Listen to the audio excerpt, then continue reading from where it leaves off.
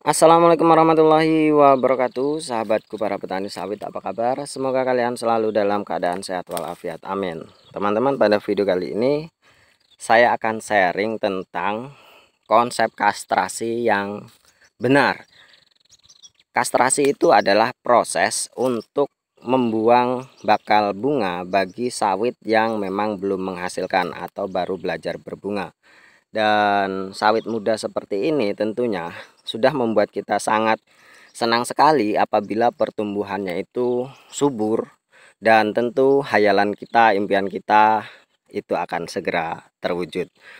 Namun teman-teman, seperti biasa saya disclaimer terlebih dahulu, apa yang saya sampaikan di sini hanyalah merupakan pengalaman pribadi saya yang sudah saya alami di kebun saya dan saya amati juga di kebun-kebun orang lain.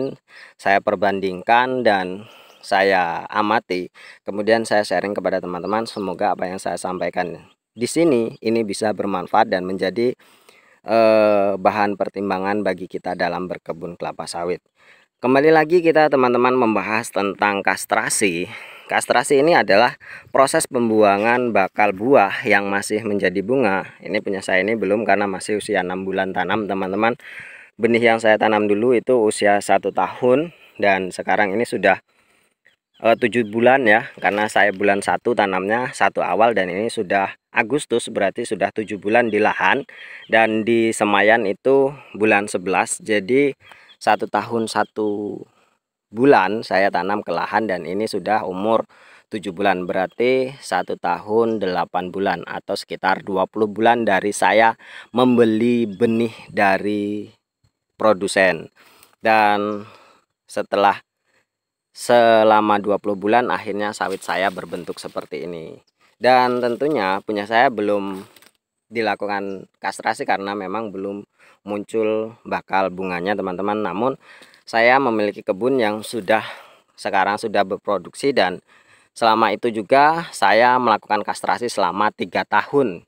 3 tahun, dan saya memang merasa cukup sabar untuk melakukannya. Saya tidak buru-buru untuk memanennya, dan kalian bisa lihat sendiri benih yang saya tanam, meskipun bisa dikatakan ya, bukan bisa dikatakan, memang kenyataannya saya menggunakan benih abal-abal. Bisa kalian lihat di video-video sebelum ini yang saya selalu menggunakan view-nya itu kebun saya yang sudah berproduksi, dan memang buahnya sangat lumayan mantap-mantap dibandingkan kebun sebelah saya yang memang punya adik saya sendiri yang tidak pernah dilakukan perawatan, bahkan tidak pernah dilakukan kastrasi sama sekali.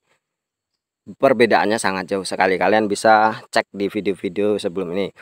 Dan pada video ini saya akan membahas bagaimana sih konsep kastrasi yang benar. Meskipun kita melakukan kastrasi, tapi kalau konsepnya salah, itu juga akan berpengaruh terhadap perkembangan dan pertumbuhan kelapa sawit kita.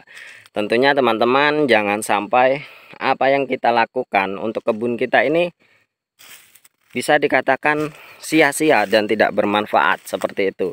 Kita sudah capek melakukan kastrasi, tapi ternyata efeknya tidak begitu besar terhadap kebun kita. Tentunya teman-teman, apa yang harus kita tanamkan di diri kita adalah semangat untuk belajar dan mengetahui tata laksana yang baik dan benar dalam berkebun kelapa sawit. Jadi teman-teman, proses kastrasi itu adalah pembuangan bakal bunga, pembuangan bakal buah yang masih menjadi bunga, kemudian dibuang supaya makanan yang diserap atau nutrisi yang diserap oleh tumbuhan kelapa sawit kita ini bisa fokus untuk membesarkan batangnya. Karena konsepnya seperti ini teman-teman, baik itu tumbuhan apapun, tapi khususnya kelapa sawit ya, kalau rambutan saya rasa tidak bisa diterapkan konsep ini. Khususnya kelapa sawit, semakin besar batang maka semakin besar pula buahnya. Itu konsep yang saya amati. Yang saya amati di kebun saya, di mana yang batangnya memang besar-besar, maka akan menghasilkan buah yang besar pula. Itu konsep yang saya lihat dan saya amati. Jadi berlandaskan dari konsep itu teman-teman, kita harus berusaha bagaimana caranya kita itu berupaya untuk membesarkan batang sawit kita, sehingga nanti ketika sawit kita berproduksi dia menghasilkan buah yang besar. Nah, itulah upaya yang harus kita upayakan, harus kita lakukan. Jangan sampai kita tidak melakukannya. Karena teman-teman, ketika sawit kita berproduksi buruk, maka efeknya itu akan kita nikmati dalam jangka waktu yang lama, dan penyesalannya itu akan sulit untuk diperbaiki. Dan ketika kita ingin memperbaikinya, maka kita harus menggunakan atau mengeluarkan biaya yang cukup besar, waktu yang cukup lama, dan tenaga yang lumayan banyak. Jadi teman-teman, kita harus memulainya dengan cara yang benar supaya nanti kita mendapatkan hasil produktivitas yang besar. Itu konsep yang harus kita pahami. Jadi teman-teman, banyak sekali orang yang salah mengartikan atau melakukan konsep kastrasi yang benar. Intinya teman-teman, saran saya, nasihat saya kepada kita, kepada teman-teman yang sesama petani sawit yang mungkin hanya memiliki lahan yang terbatas, mungkin 1 hektar, 2 hektar, dan tentunya teman-teman, tanah yang sedikit ini jangan sampai kita menyia-nyiakannya.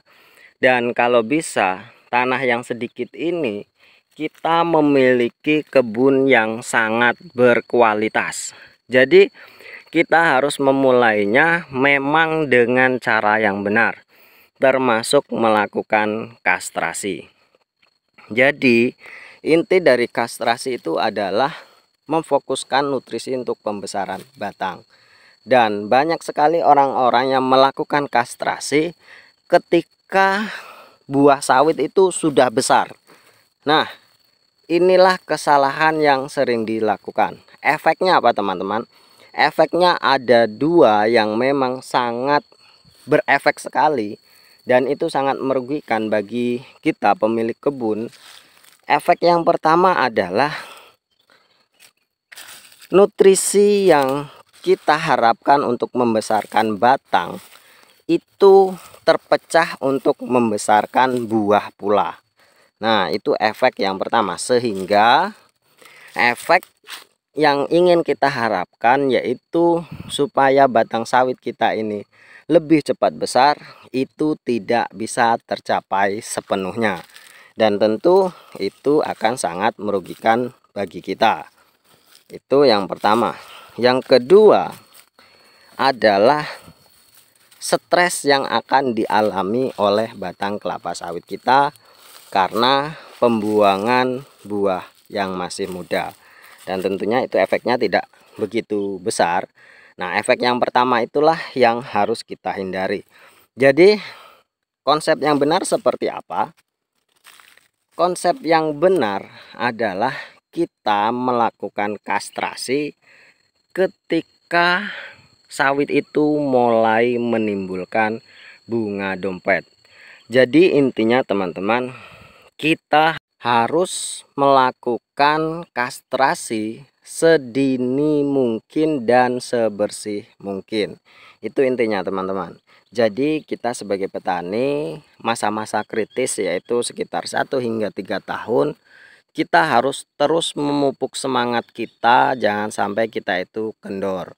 Memang sebagai petani harus telaten, harus terus semangat, jangan sampai kita itu teledor dan kebun kita ini terbengkalai. Itu teman-teman, intinya seperti itu.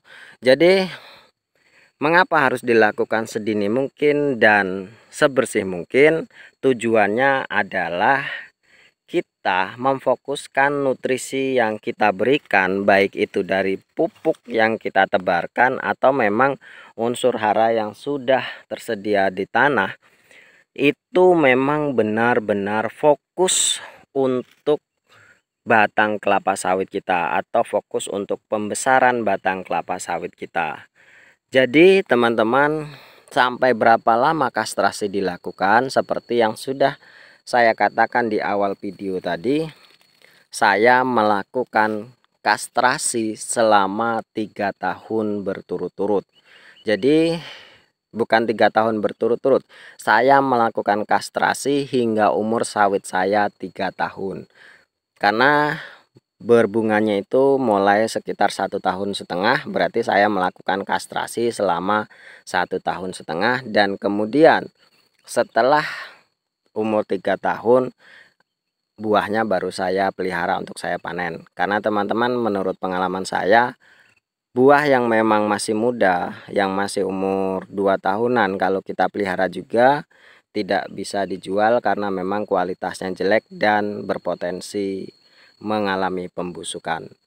Mungkin hanya ini teman-teman. Terima kasih atas perhatiannya. Wassalamualaikum warahmatullahi wabarakatuh.